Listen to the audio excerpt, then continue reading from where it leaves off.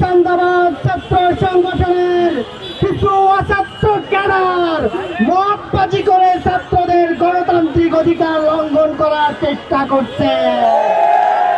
ইতোপূর্বে বিভিন্ন বিশ্ববিদ্যালয়ের মেধাবী শিক্ষার্থীরা এইসব মতবাজার চাঁদাবাজদের যেভাবে লাল কার্ড দেখিয়েছে, সাকসু নির্বাচনেও শিক্ষার্থীরা একইভাবে তাদেরকে প্রত্যাখ্যান করবে ইনশাআল্লাহ।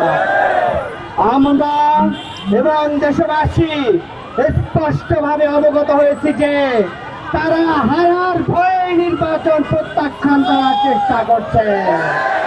এর আগেও সকল ছাত্র সংগঠন নির্বাচন অনুষ্ঠিত হওয়ার পূর্বে তারা নানাভাবে ঝামেলা তৈরি করেছে। সামনে জাতীয় নির্বাচন, আমরা ইন্টারিম গভর্নমেন্ট এবং ইলেকশন কমিশনকে স্পষ্টভাবে বলে দিতে চাই, আপনারা নির্বাচন বাস্তবায়নের ক্ষেত্রে যত প্রকার অপচেষ্টা আছে সকল অপচেষ্টা আপনাদের রুখে দিতে হবে। যদি রুখে দিতে ব্যর্থ হন তাহলে দেশের জনগণ এই মতবাজার চাঁদাবাজদের কালো হাত রুখে দিবে। আমরা স্পষ্টভাবে ঘোষণা করছি, নির্ধারিত সময়ে সাকসু নির্বাচন বাস্তবায়ন করতে হবে, এটাই আমাদের স্পষ্ট দাবি। সবাইকে ধন্যবাদ। আসসালামু আলাইকুম। সংগ্রামের উপস্থিতি এ পর্যায়ে বক্তব্য রাখবেন ইসলামী ছাত্র শিবির ঢাকা বিশ্ববিদ্যালয়ের সংগ্রামী সভাপতি ডাকসুর নির্বাচিত এজিএস মহিউদ্দিন খান। আউযু বিল্লাহি মিনাশ শাইতানির রাজিম।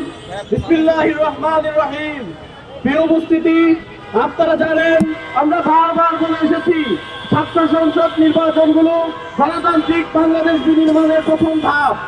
আমরা শিক্ষার্থীদের যে অধিকার, শিক্ষার্থীদের যে মত প্রকাশের অধিকার, সেই অধিকারের ক্ষেত্রে সর্বদা সচেষ্ট ছিলাম।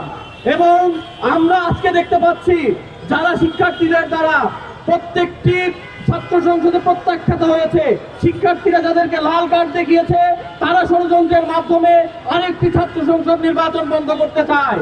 আমরা কয়েকদিন ধরে দেখেছি তারা মত তৈরির মাধ্যমে তারা নির্বাচন কমিশনের সামনে এমন একটি পরিবেশ তৈরি করেছে যার ফলশ্রুতিতে আজকে দেখেছি সাকসু নির্বাচনকে স্থগিত করা হয়েছে। আমরা স্পষ্টভাবে বলে দিতে চাই, শিক্ষার্থীদের অধিকার, শিক্ষার্থীদের গণতান্ত্রিক মত প্রকাশের ক্ষেত্রে আমরা সর্বদা সচেষ্ট। আমরা যে কোনো মূল্যে সাকসু নির্বাচনকে যে নির্ধারিত তারিখ ছিল সেই নির্ধারিত তারিখে দেখতে চাই।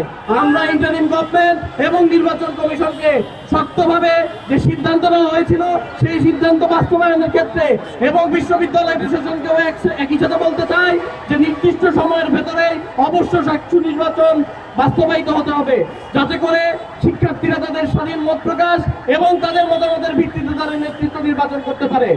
এটি যদি বাস্তবায়ন করা না হয় তাহলে সারা দেশের শিক্ষার্থীদের সাথে নিয়ে শিক্ষার্থীদের যে অধিকার, সেই অধিকার বাস্তবায়নের জন্য আমরা লড়ে যাবো ইনশাআল্লাহ। আসসালামু আলাইকুম ওয়া রাহমাতুল্লাহ।